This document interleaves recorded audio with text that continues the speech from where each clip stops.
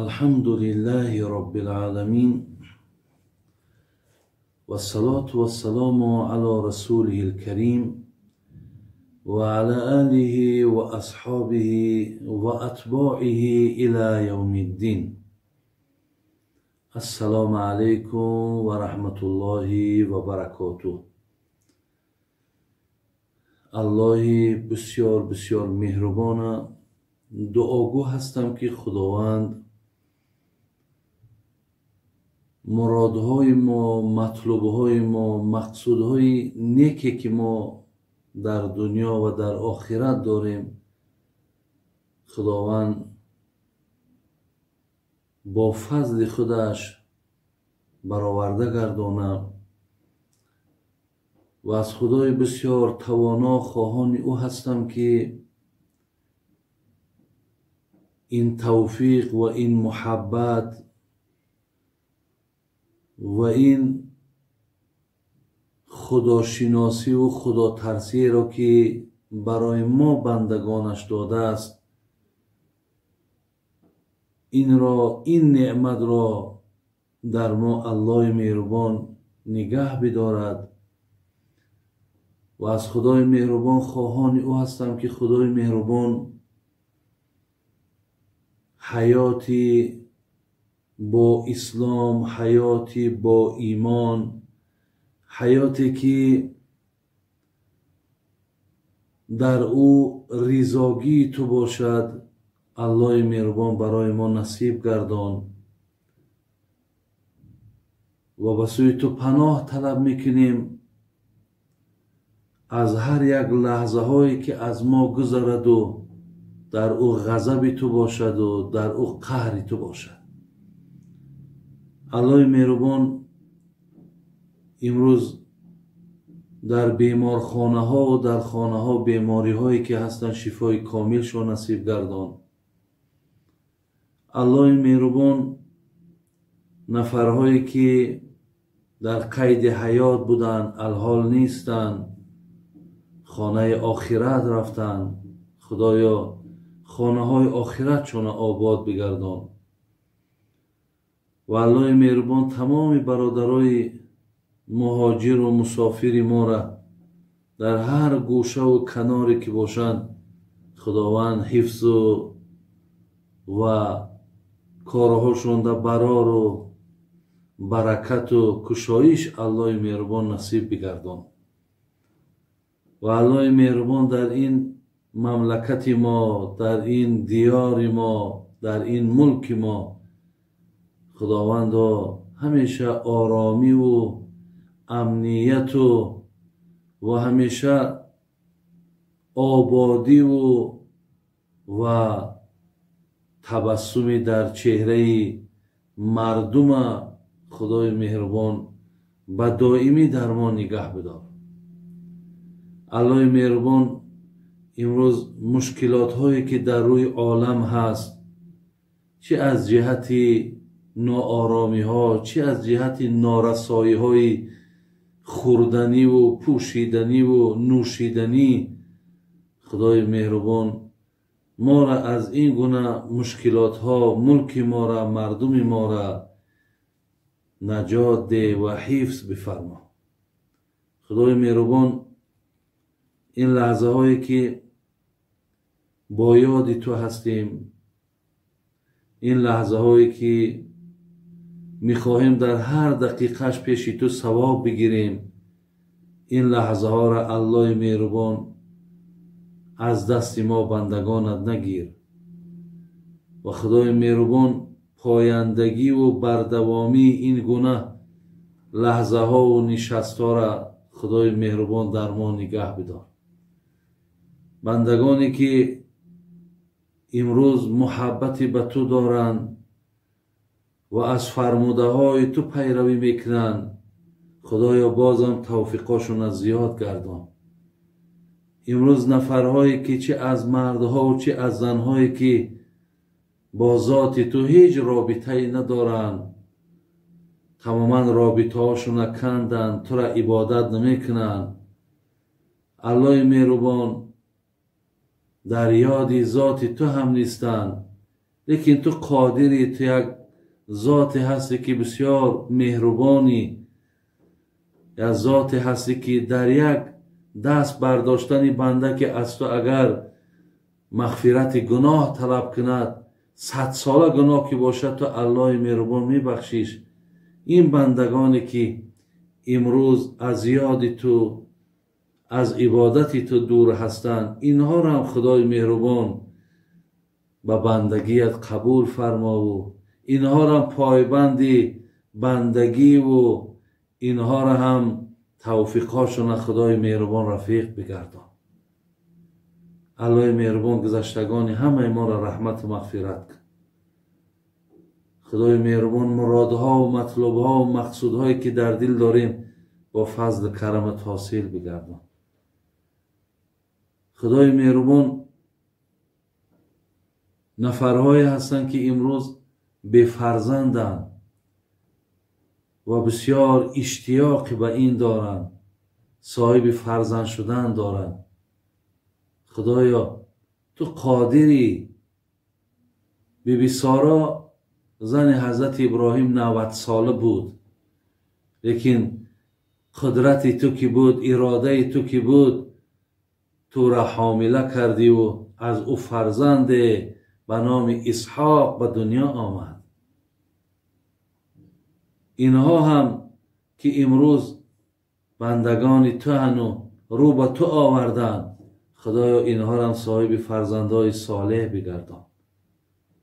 خواهرهایی که به شوهرند، الله مهربان شوهرهای خوب و نیک، مردهایی که به زنند، صاحب زنهای خوبشان بگردان. بسیاری از بندگانی که امروز قرض دارند، آبهای چشمشان میریزد، یک مشکلات زندگی اونها را فرا گرفته است. خدایا خودت گفته که من همراه قرضدارها هستم. مادامی که همون پول قرض در راه معصیت و در راه نادرستی صرف نکنند، خدایا اونها را از این قرض خلاص بگردان. خدای مهربان بسیاری بندگانی که امروز زندانی هستند، در محبس ها هستند، خدایا مشکلات اونها را آسان گردان و اونها را هم روزی را برسان بر بالاشان که باز آزاد شوند و نزد زن و فرزنداشان درسند. خدای مهربان این خواهشا و این تمنیت‌ها را که خاص به خاطر خودت، فقط نزد خودت میکنیم، زیرا میدونیم که اینها را به جز ذات تو هیچ کس دیگر برآورده نمیتواند. خدای مهربان دعاهامان قبول فرما و الله مهربان در حفظ امانت نگهمان بدار.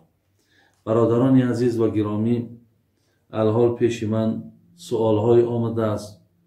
از بس که کم کم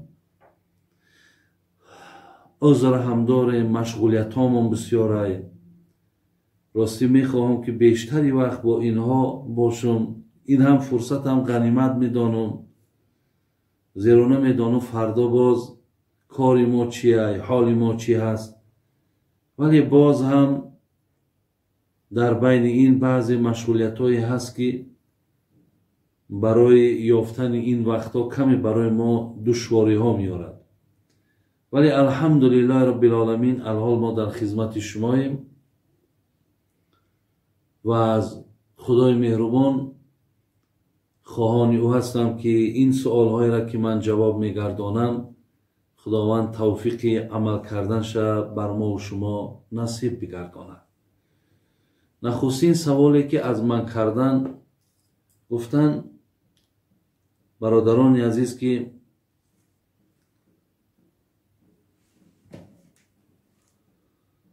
حاضر من آیت قرآن میام بعدا برای شما میخوانم، زیرا این سوال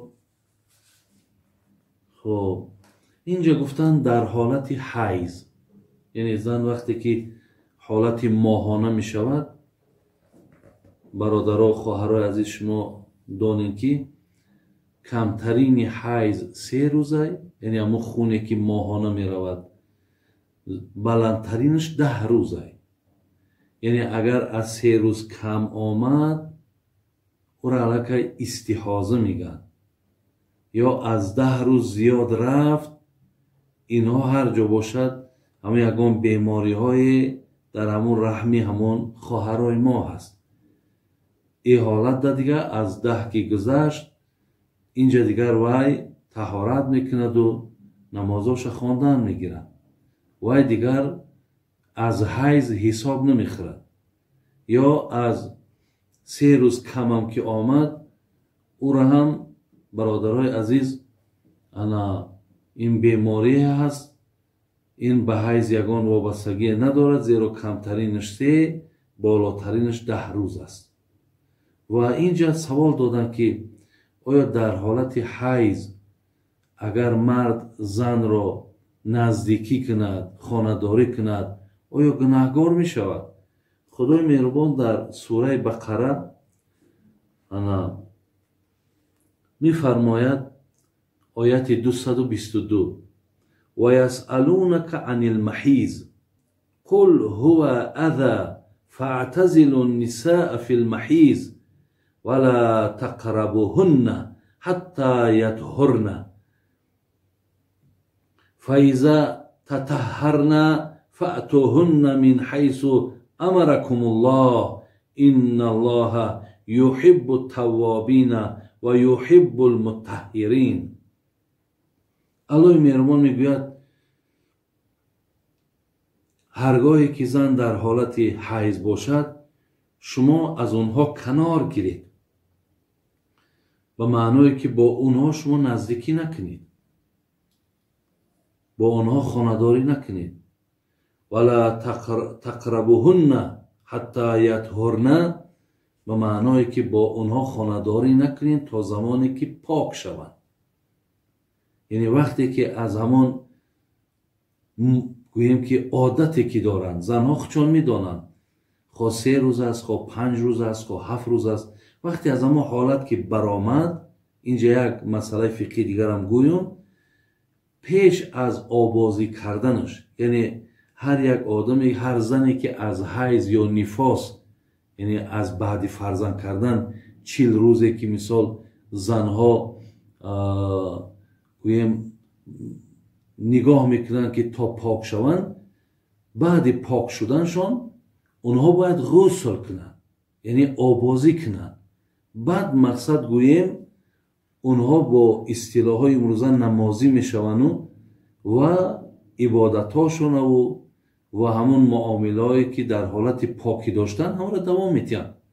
لیکن همینجا وقتی که همون 3 روز بود یا 5 روز بود، وقتی مهلت تمام شد، اگر آبازی نکرده مردک با او اگر یک جای خانه‌داری هم که کند، بعد آبازی هم که کند، این هم درسته. یعنی همون آبازی که میکند هم از آبازی همون حالت حیضش بگیم، هم از آبازی حالت جنابتش، از هر دی همین پاک میشود.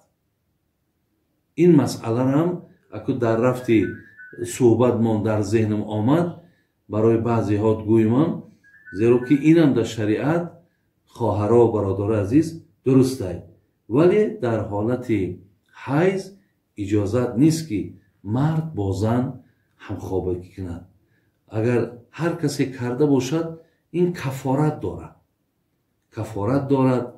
انا آمده است دینار یا نصف دینار، برای همین یک مبلغی هست که ممکن بگیم با یا 20 سامان تا 50 سامان و کفارت دارد. هر کسی کرده باشد این را به یک آدم کمبغل و بیچاره مقصد صدقه میکند و برای این گناه کردگیش توبه میکند.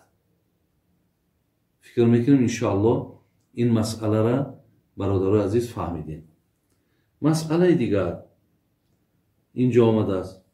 نفری سوال کردن که حاجی بابا همین پیوه هایی که همین آبی جو میگیم یا پیوه میگیم در روسیه هست، استحصال روسیه، آیا همین را نوشیدن اجازت هست یا اجازت نیست؟ برادرای عزیز و گرامی، همین تقوا بسیار چیزی خوبه. اصلا من اولی پیش از اینها را گفتم همین تقوا بسیار چیزی خوبه. بین در خدا رحمت کنه عزیزای خدا را، میگن فتوا دیگره تقوا دیگره. لیکن انشاءالله همین انسانی که تقوا داشته باشد، با تقوا باشد، یا گوید که من همین از راه تقوا مقصد باید که روزگذرانی کنم، شکری الله مهربان امروز ما همین نیازی به نوشیدن همینا هم نداریم. اینقدر آبهای میوه هایی که خدا را شکر اینقدر زیاد است، ما میتونیم از اینا استفاده بریم، هم برای سلامتی ما خوب، هم برای دینداری ما خوب.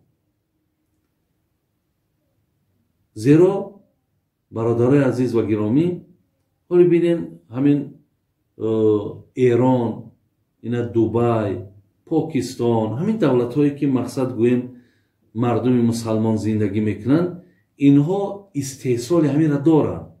در تاناشون ماء الشعیر یعنی آب جو. این آب جو برادر عزیز نوشیدنش هیچ باکی ندارد. اینم طبابتیه، اینم خوبه.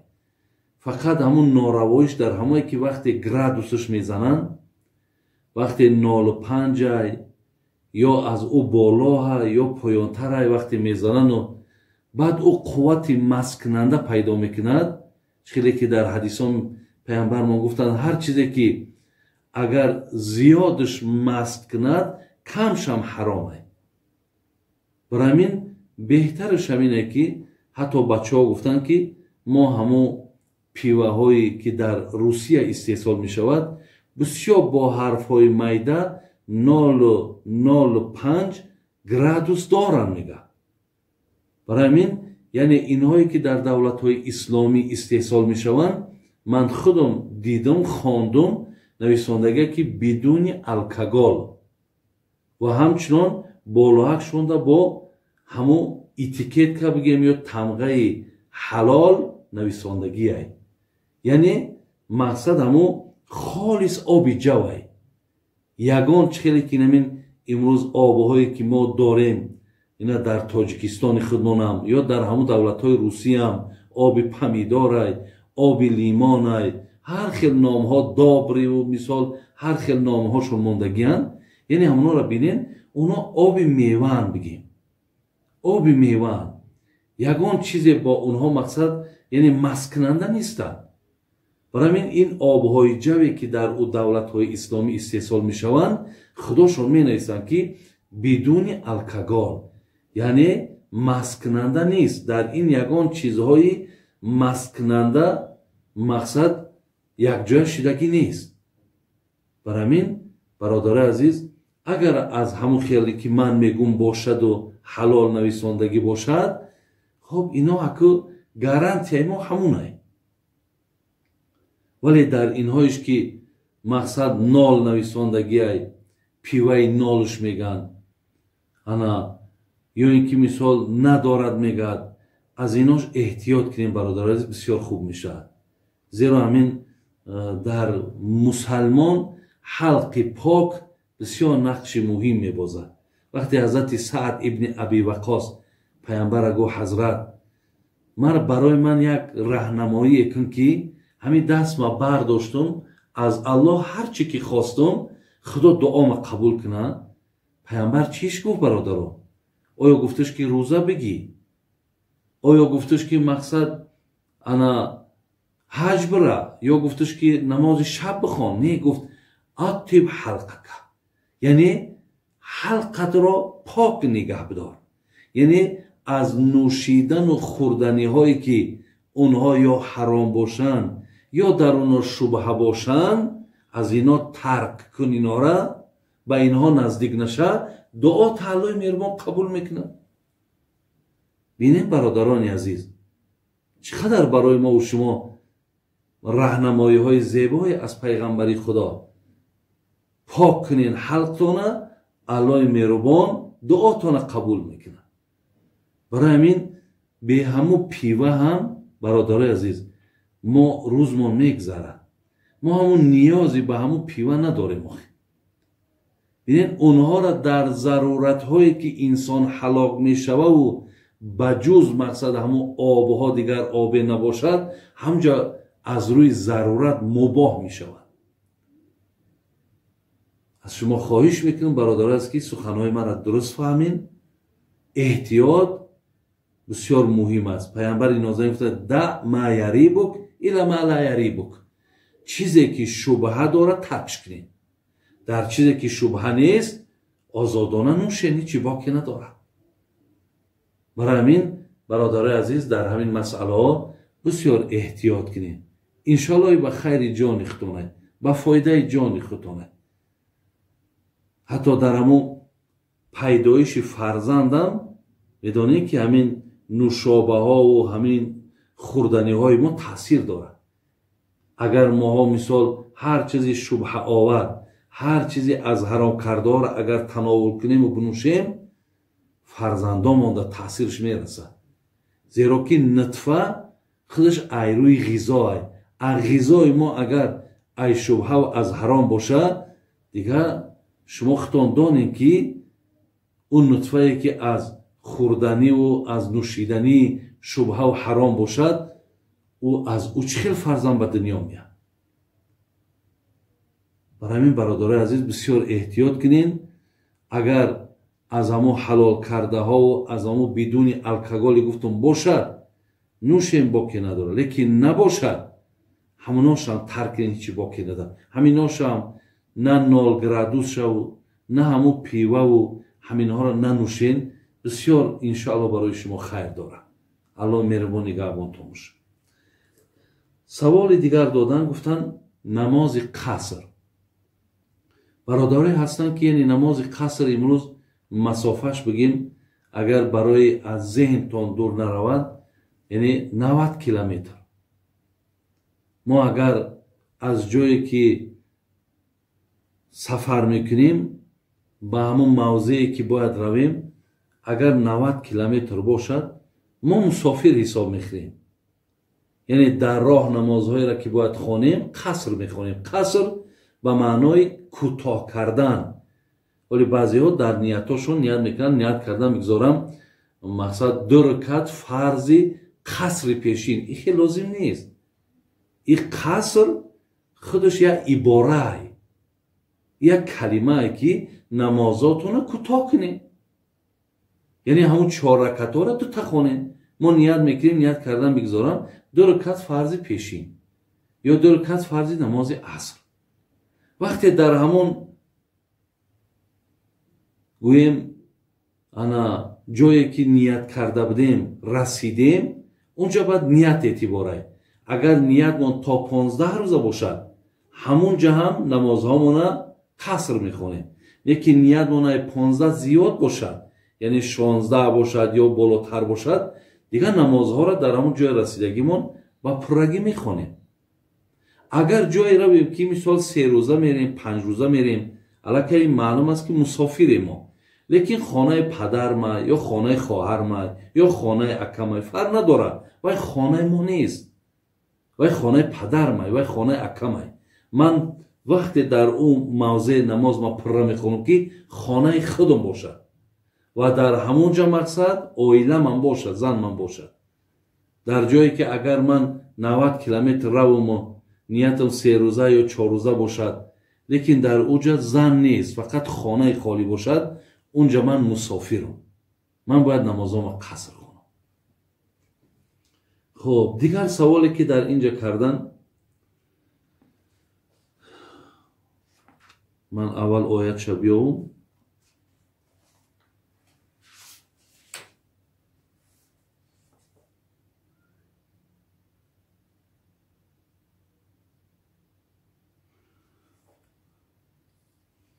برادران و خواهرای عزیز در اینجا یک کسی دیگه سوال داده است که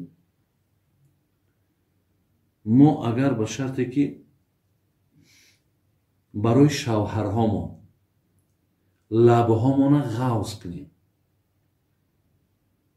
یا اینکه بینیهامون میده کنیم یا نویسنده است که دندانهامون میده کنیم. خیلی اینجا در چند چیزا آمدگی انا آیا همین ها را مقصد شریعت رخصت میتد یا نمیتد؟ خواهرها و برادرای عزیز، یک آیت داریم در سوره نساء آیت 119. الله مهربان چی میگه؟ میگه خب ولا امورنهم فلا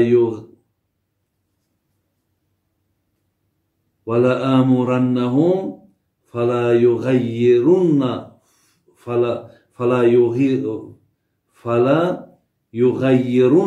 خلق الله. آیت 119. الله مهربان چی میگه؟ میگه وقتی که ما شیطان میگه از مقام و منزلتی که داشت وقتی پیشش کردیم برای خاطر فرزند آدم، میگه همچه قسم یاد کرد که من در خلقت تو ای پروردگار، من در آفرینش تو تغییرات میدارم. یعنی این قسم شیطان بود که پیش خداوند برای که یعنی این کار که الله را در غضب میاره، گفت انامین انسانهایی را که چگونه آفریدی، من در همین ها تغییرات داخل میکنم. تغییراتش خلاص همین ولی شما بینین یک رسام بگیم یک رسم بکشد، یا اینکه اگر یک این همین پیاله ساز یا پیاله بسازه، یا یک بگیم همین نقش خانه را یک کس درست کنه، اگر همون را بگوی که نه معقول نه، مثلا همین رسم کشیدگی خوب نه، میدونین چقدر خفه میشه، چقدر ملال میشه. اگه شما فکر کنید که یک اللهی که چقدر انسان زیبا آفریده است. شیخ سعدی میگه دهد نطفه را صورت چون پری، کی کرده است بر آب چون این صورتگری. وقتی از یک نطفه میگه اینقدر صورتهای زیبا آفرید، کی میتواند که از آب این خیل صورتها را بسازد؟ البته بجز الله هیچ کس نمیتواند. اگه ببینیم برادرای عزیز که یا خواهرای بسیار مهربان که شما وقتی میرین لبه هاتون غوص میکنین و گفتی خودتان، وقتی میرین در چشم هاتون هر گونه مثال همون چی باشد، کلیانکه باشد و چی باشد، رنگ باشد، وقتی در چشم میمونید، یا مثال در بالاهای چشم میبینی با مثال هم خیلی میجه های بسیار بلند میگذارن. امروز در همین شهرها میبینیم یا در همین اینترنت ها میبینیم و دیگر تغییرات. اگر تغییرات که شود، این خواهر عزیز غضب خدا است. این گویا که ایراد گرفتن که یعنی یک الله با همین قدر تواناییش نعوذ بالله یعنی صورت خوب در انسان ساخته نتانست. حالا که الله در قرآن چی میگه؟ لقد خلقنا الانسان فی احسن تقویم. زیباترین مخلوق من این انسانه. برای همین خواهرای عزیز چیزی را الله گفته است به خدا قسم، همش به فایده شما های. کسایی کردن همونا را بریم بپرسین، شاید همونا بگن بچم نکنین شما که ما عذاب کشیدیم، ما اذیت کشیدیم. و دیگر این که پیامبر میگه این لبدنی که علیک حق، این بدن ها بالامون حق داره. حق نداریم که ما یا را پاره کنیم، پیشوی برمان را بلند کنیم.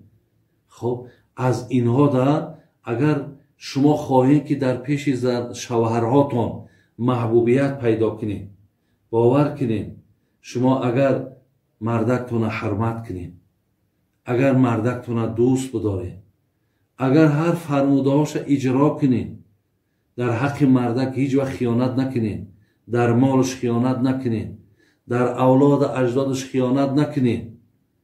این اگر اینها را شما انجام تین، من فکرم همینه، منم مردکم، منم فکرم همینه که اگر همون زن یعنی زیبا هم که نباشد، بدرو هم که باشد، در دل ما یک محبت خاصی خشه دارد، به خاطر همین خدمتاش، به خاطر همین مهنتاش.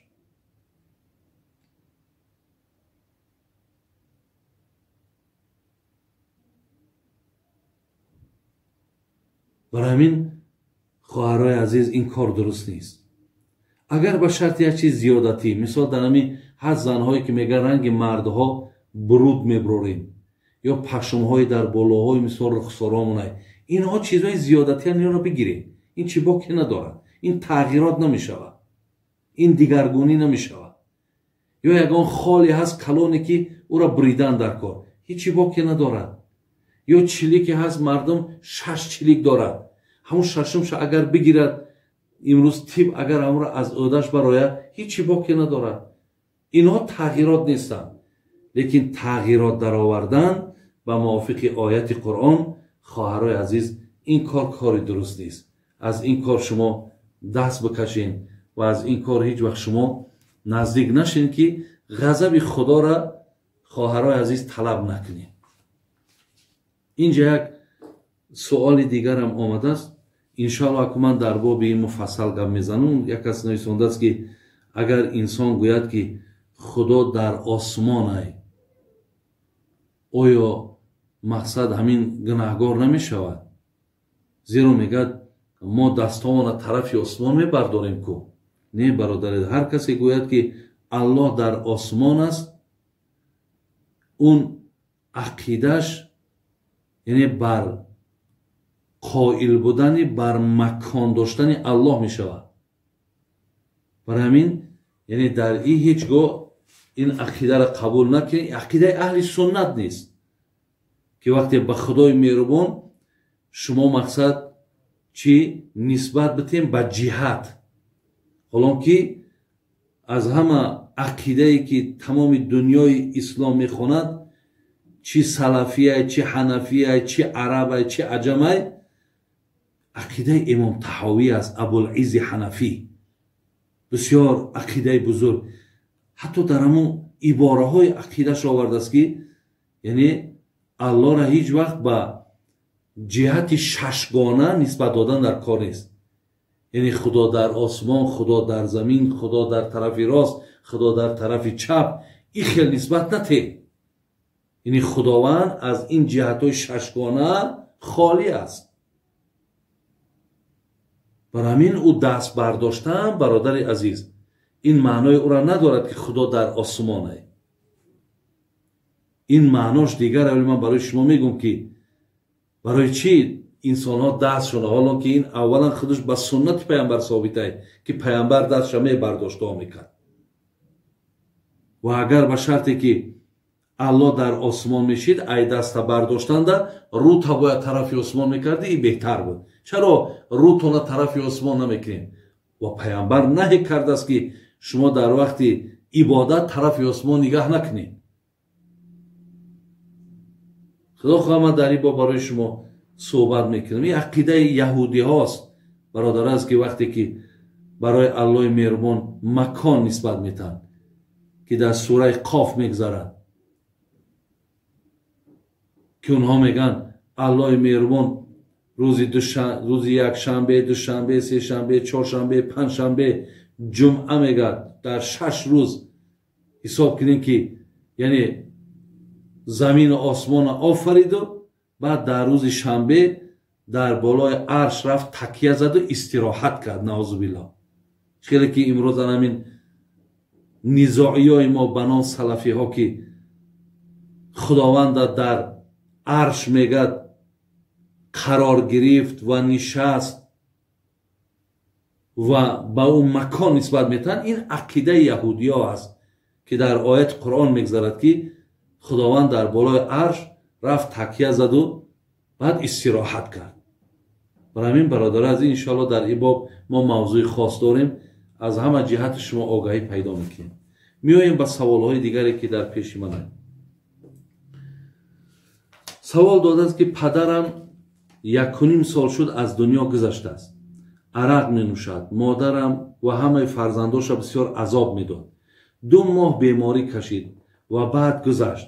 як шаб дар хоби духтараш даромадааст ва бисёр бахшиш пурсидааст. мо оро бахшидем. бобоҷон гӯед аҳволи падарам чӣ мешавад? яъне падаре ки мақсад бо ин кирдорҳои зишт вақте дунёро падруд гуфт, модара диққат медод, фарзандора диққат медод, аз нушобаҳои ҳаром менӯшид, вақте аз дунё гузашту дар хоб вақте аз фарзандош ки бахшиш пурсида бошад, манам гуфтаним хоҳарову бародарои азиз ки шумо ҳам бале он ҷабрҳо он зулмҳоеро ки дар ҳаққи шумо кардааст, шумо ҳам бахшенаш. ва имрӯз ӯ падари шумо эҳтиёҷи ба як каф дуо дорад. шумо фақат ҳама каса дар ҳаққиш дуо кунед.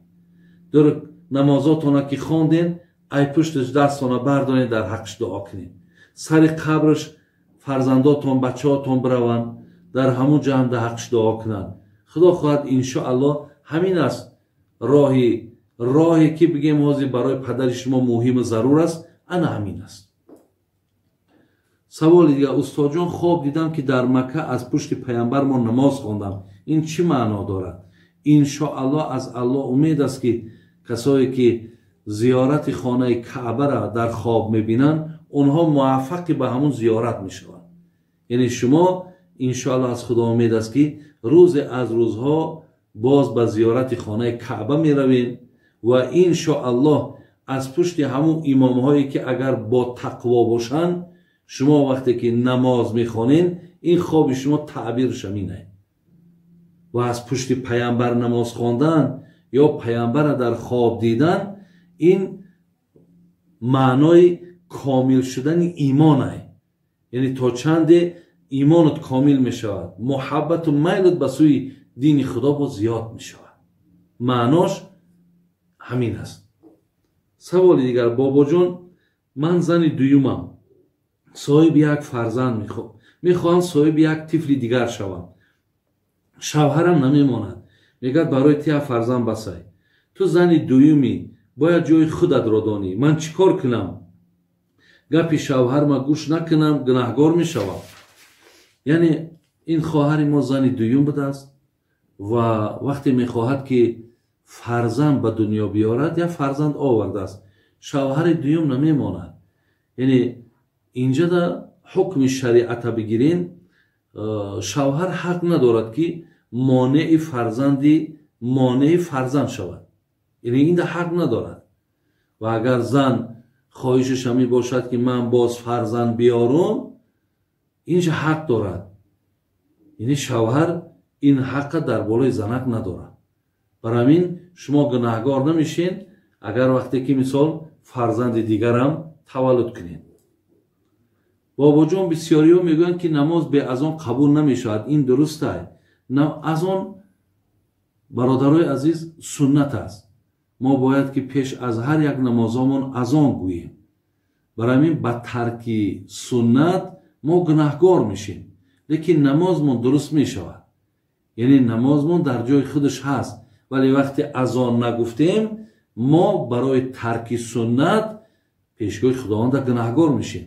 барои ҳамин ҳатман азонҳо дар куҷое ки бошем бояд ки дода шавад. ман дар Русия дар ҷои корам намозхонӣ намемонам. ман пинҳонӣ танҳо фарзома мехонам. оё ин намози ман қабул мешавад ё на? акӣ шумо бинед ки бародарои азиз ки бо дар ҳамин кор одат накунем. зеро ки намози суннат ҳам аз таъкидҳои дини мо шумо ҳаст. аз паямбари мо таъкид аст ки мо суннатҳоро ҳеҷ гоҳ бояд тарк накунем.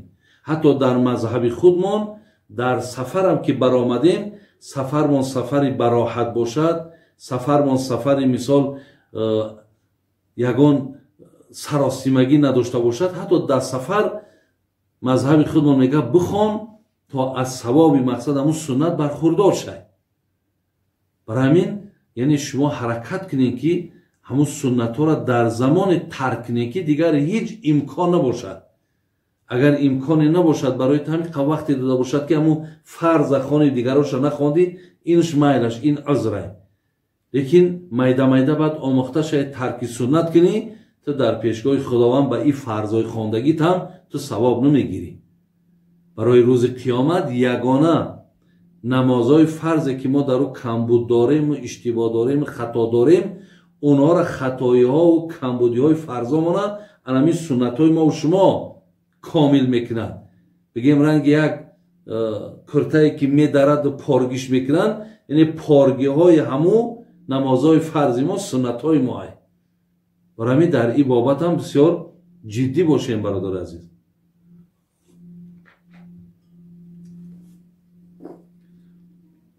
дар як ракъати намоз сураҳоро ба пуррагӣ хонем ё 3-4 оят хонем мешавад. ҳамин воҷибиш ҳам 3 оят ай. ман агар сураи мисол мулка таборакаллази биядиҳил мулк ва ҳуа ала кулли шайин қадир гуфта ҳамира 3 оят ша бихонам бас ай. шарт нест ки тамоми сураи мулка ё таборака ман хонам. яъне агар 3 ояти ҳамура ман хонумам баъди сураи фотиҳа зами сура кунам дуруст мешавад. агар дароз бихонам бо иншоаллоҳ савобаш бештар мешавад. барои ҳамин агар вақтотон бошад сураҳои дароз бихонед, зеро мегам маҳбубтарин ҳолате ки худованд бандара дӯст медорад ҳамон ҳолати қиём шай. яъне вақте ки ту дастот бастагиву пеши аллоҳ дар рост истодаю тиловат мекунӣ, агар як ракъат намози ту 10-15 минут бошад, ҳисоб кун ки ҳамун лаҳзаҳое ки истодагии тура худои меҳрубон дӯст медорад. лекин вақте агар қавм бошад, вақте саросима бошӣ ки ин ҳолатҳо ҳам шариати мо шумо барои сабук кардан, барои мушкилот наовардан, метавонӣ ки ҳамун 3 оята бихониву рукӯъ дабурай. лекин вақтотон зиёд бошад, чанд қадар роз хонем, ҳамон қадар иншоаллоҳ савобу подоши зиёд мегирем. шахсе ки худкушӣ мекунад, ба ҷанозаи ӯ рафтан ҷоиз аст? оё савоб мегирем? бале, одаме ки худкушӣ мекунад вай мусалмон ай, фақат мусалмони гунаҳгор ай. яъне касе ки агар даст ба худкушӣ зад, бародарои азиз, вай гӯем гунаҳгор мурдааст. зеро аз неъмати вақт, аз неъмати умр ин одам ношукрӣ кардааст. вале ҷанозаша хондан дуруст ай. ҷанозашам мехонем, дар ҷанозаш иштирокам мекунем. худо хоҳад ҳамун савобҳое ки дар намози ҷаноза аст, худованд барои мо шумо метиядорад.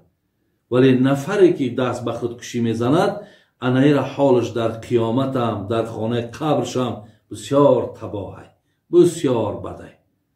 барои ҳамин ин кораку ҳеҷ вақт накунем. вале касе агар бо ҳамин ҳолата мурд, вай мусалмон мурдагӣ ай, вай айдин бегона намешавад. ва ҷанозаштам иштирок кунем, сари қабршам бирем, худо хоҳад дар ҳаққшам дуо ҳам кунем ки худованд ин гуноҳша бубахшад. дар як китоб хондам ки рӯзи чоршанбе аввали моҳ ва охири моҳ бо ҳамсар ҳамхобагӣ дуруст нест. ин ҳақиқат дорад ё на? на, ино ҳақиқат надорад. ҳамхобагӣ фақат дар ҳолатҳое ки зан мубтало, яъне бемори ҳайз ё нифос бошад, ҳамон ҳолатҳо аку истисноанд. дар ин ҳолатҳо ҳамхоба шудан дуруст нест. дигар дар ғайри ин, бародарои азиз, кадом рӯзе бошад, кадом моҳе бошад, фақат дар рамазон ҳаматон медонем ки мақсад шабҳош то субҳ дамидан иҷозатай. рӯзаш ки рӯза дорем, албатта ин ҷоиз нест. вале дар ғайри ин рӯз ҳам хобагӣ мекунад, бегаӣ ҳам хобагӣ мекунад, байни асру шом ҳам хобагӣ мекунад. дигар барои ин соат ҷудо нашудааст, вақт ҷудо нашудааст. ҳар замоне ки агар ҳамун иштиҳои мард ё иштиҳои зан ки пайдо шуд, бигзора ҳамхобагӣ кунад, ҳичи боқӣ надорад. иншоаллоҳ дар ҳама лаҳзаҳош дуруст аст ва иҷозат аст ва дар ӯ савобам мегирем. хоб бобоҷон дар як ҷаноза иштирок кардем, 2 бор тобутро бардоштанд, боз дар замин монданд, бори сеюм ба қабристон бурданд. ин чӣ маъно дорад? яъне инҳо, бародарои азиз, аз нигоҳи шариат гӯем ягон дар ин бобат ягон фармудаву ягон таъкиде бошад нест. ин фақат аз таҷрибаи мардуме ки میگه وقتی که اون را میبردارن میمونن گاه مرده ها همون وقتی که خیلی انسان های وقتی شاید که در اون یگان تغییرات می شود، یگان همون رگ پیوندش آب می شود یا یگان حالتی در همون درون می شود، بسیارش بعد همون کفنش در دهنش می رود. بعد مردم چی میگه وقتی که مرده که کفن در دهنش که رفت مرده بسیار می شود یا سفسطن، اینا هیچ حقیقتی ندارن. برای همین کاری هم که میکنن همین کارم به همون خاطر میکنن که یعنی اگه مرده همون کفن مقصد در دهنش نبره، اگر برد مرده بسیار نه، مرده بسیار کم شدنش همه عجل در دست الله. این فقط همون عقیدای ممکن بعضی آدمای انا به علم بگیم یا به فهم بگیم اونها همین چیزها را گذاشتن، همین میده تا امروزه رفته است. ولی یگان جهت دینی این یگان تاکید و یا یگان مثال گوییم اجرا کردنش به گردن ما ضرور باشد نیست. سوال دیگر برادر عزیز، میگویند در دنیا کسی را دوست داری در قیامت همراه همان از خواب میخیزی، این درست است یا نه؟ یعنی در دنیا کسی را که آدم دوست میداره برادرای عزیز و گرامی فردای قیامت همراه او از خواب بلند میشه. این حقیقت داره. پیامبر نازنین من میگه که وقتی که نفری میگه حضرت انس ابن مالک راوی همین حدیثه، میگه یک نفر آمد و پیامبر پرسید متی الساعه، قیامت کی میشود؟ میگه پیامبر گفتن که انا مال مسئول عنها، من نمیدونم گفتن قیامت کی میشود، ولکن ما اعددت لها، لیکن تو برای قیامت چی تیاری داری؟ یعنی در سوال تو من جواب دادم، تو گفتی قیامت کی میاد، من نمیدونم، این علمش پیش خدا های، لیکن بر تو سوال برای قیامت چی تیاری داری؟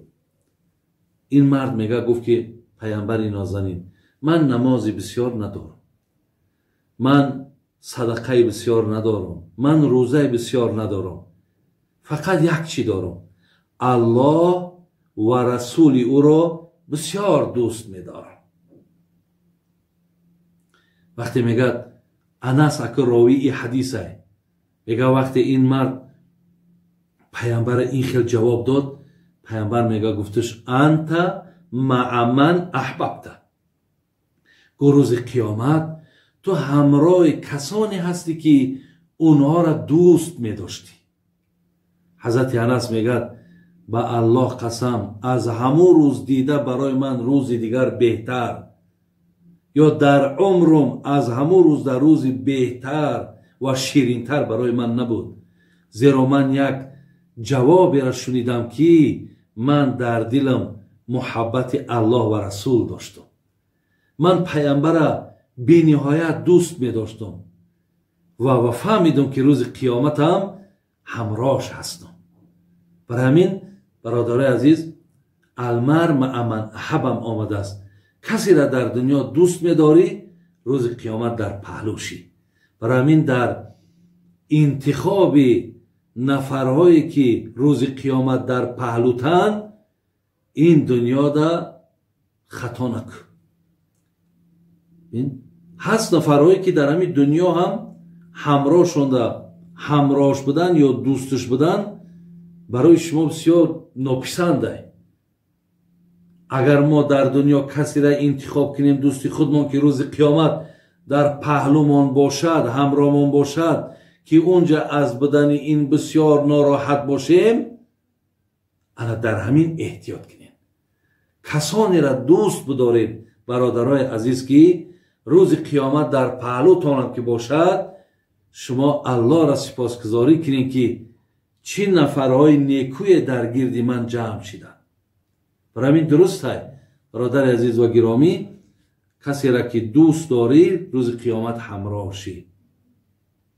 من یه حدیث خواندم، پیامبر میگه اذا احب الرجل اخاه فلیخبره، کسی را در دنیا هم اگر دوست بدارین میگن که بگینش که ای برادر من تو را به خاطر خدا دوست میدارم. زیرا که حضرت معاذ ابن جبل پیامبر چی گفت؟ والله اینی لاحبک، معاذ قسم به خدا دوستت میدارم.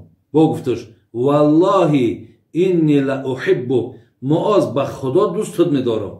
معاذ هم گشت گفت والله اینی لاحبک، منم حضرت دوستت میدارم. ببین یعنی کسی را دوست بداری، پیامبر دوستش داشت آشکارش کرد گفت دوستت میدارم. او هم که پیامبر را دوست میداشت او هم آشکار کرد گفت حضرت من دوستت میدارم.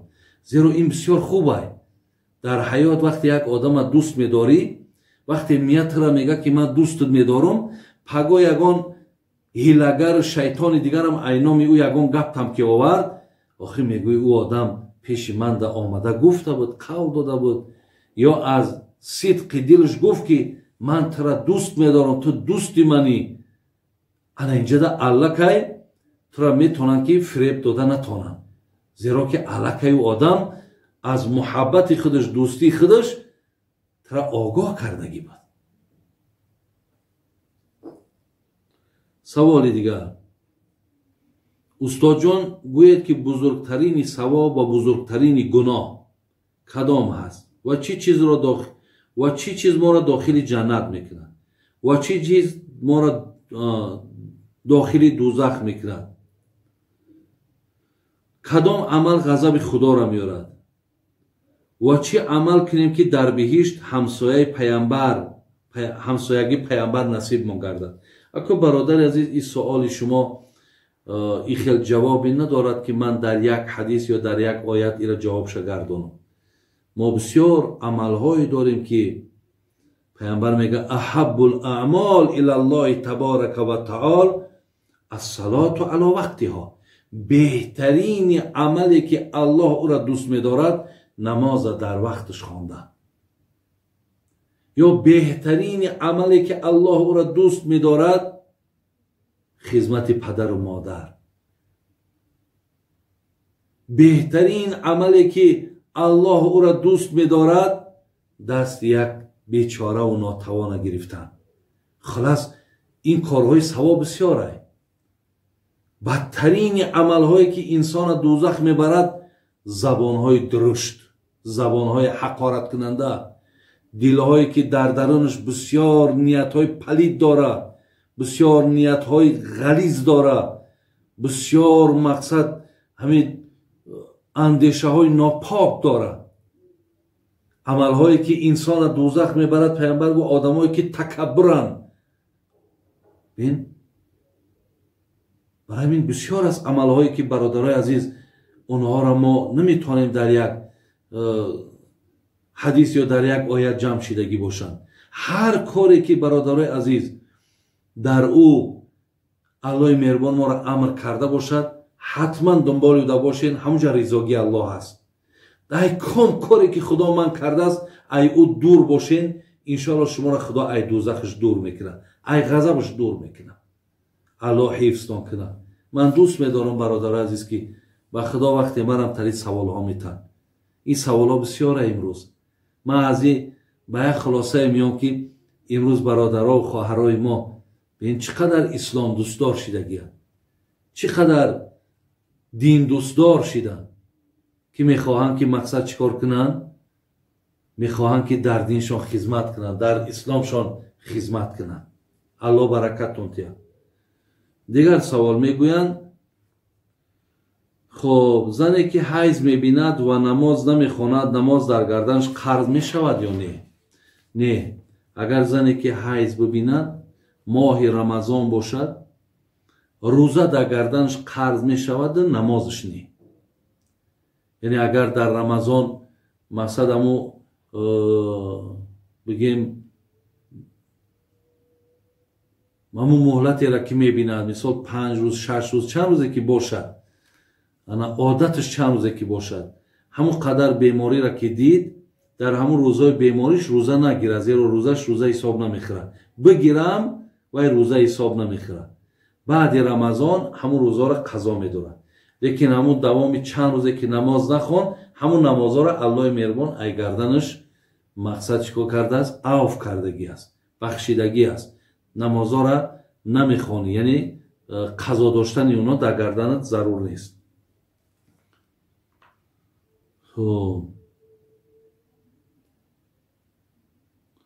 من از شوهر یکمم جدا شدم به خاطر حلال شدن.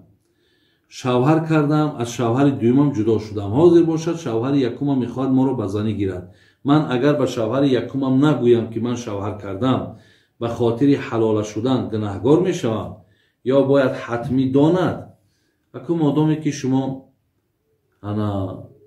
وقتی شوهر کردین مقصد شما در شوهر کردن یک روز دو روز نباشد، زیرا آن کسی که حلال میکند یا حلال میشود به هر دی اینا پیامبر لعنت گفتگیه. شما امروز در همین مرکزهای خودمان در مفتیات خودمان مراجعت کنین، اگر به شرط یگان راه ها و یگان قاعده های باشد که به شوهر کردن شما را اگر راه های هست، مثال بعضی کلمه‌ای را میگین که مقصد ممکن است که با همون راه حل بیاوند، یعنی در او رفته شوهر کردن ضرورت نداره. یکی وقتی کردی و از او که بر آمدی دیگه شوهر یکم آگاه هم که نکنی هیچی باقی نداره. انشاءالله می شود که مقصد با اون نکاح کنی و زندگی تونه کنی.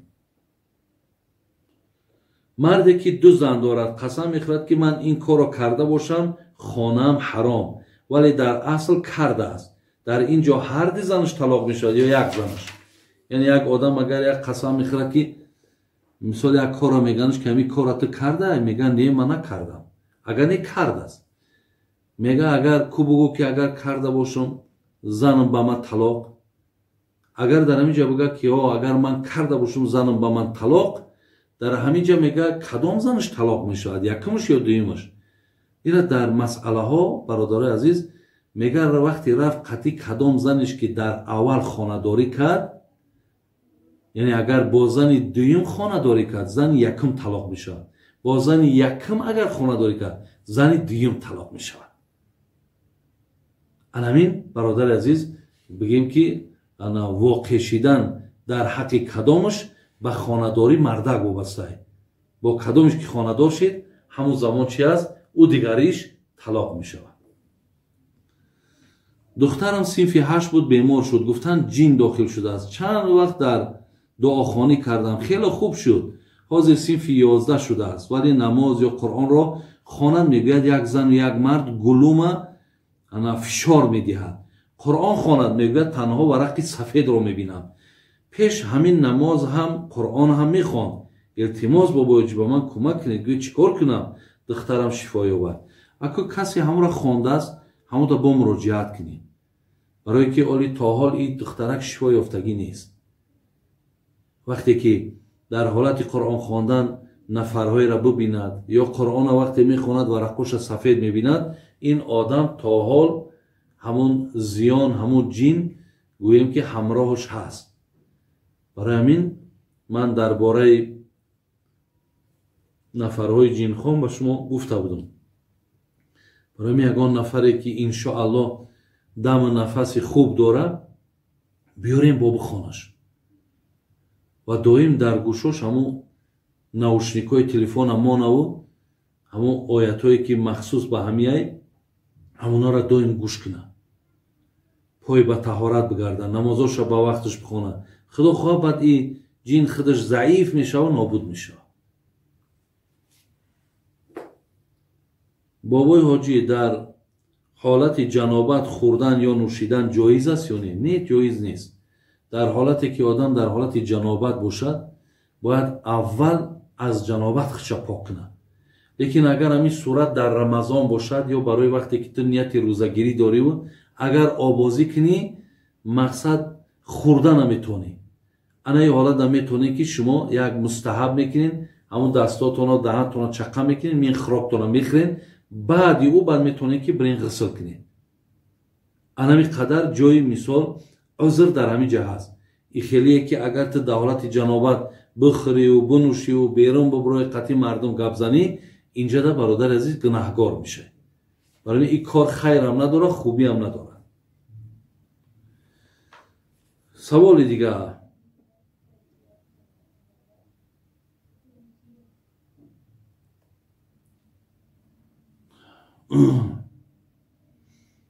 بابای حاجی شوهرم بسیار مرد خدا ترس است، با خیر و با صدقه است، ولی در همین بیماری که آمده است از دنیا گذشت. من 4 فرزند دارم. آیا میتوانم از همین مال شوهرم صدقه یا زکاتیم و در حق شوهرم دعا کنم؟ البته میتونی. اگر همون مالی از مردک مانده باشد که هم قدر مالی که مثلا از او $2000 مانده باشد که در دستی تو از او میتونی تلکه صاحب نصابی میتونی که $50 زکات بدی، یا میتونی ایسر هم پولای همو یگان صدقه و خیر کنی صاحب شد در حق هم مردک ببخشی. الله مهربان ایماناتون کامل کنه، وقتاتون خوش کنه و الله مهربان در حفظ امانش نگهبانتون باشه. خدا خواهد با دوام سوال ها را برای شما خدا خواهد در همین روزهای نزدیک باز من انشاءالله میبینم و جواب سوال هاتون را میگردانم. هر جا باشین خداوند در حفظ امانش نگهتان دارد. اهدنا الصراط المستقیم صراط الذین انعمت علیهم غیر المغضوب علیهم ولا الضالین آمین یا رب العالمین. سلام علیکم و رحمت الله و برکاته.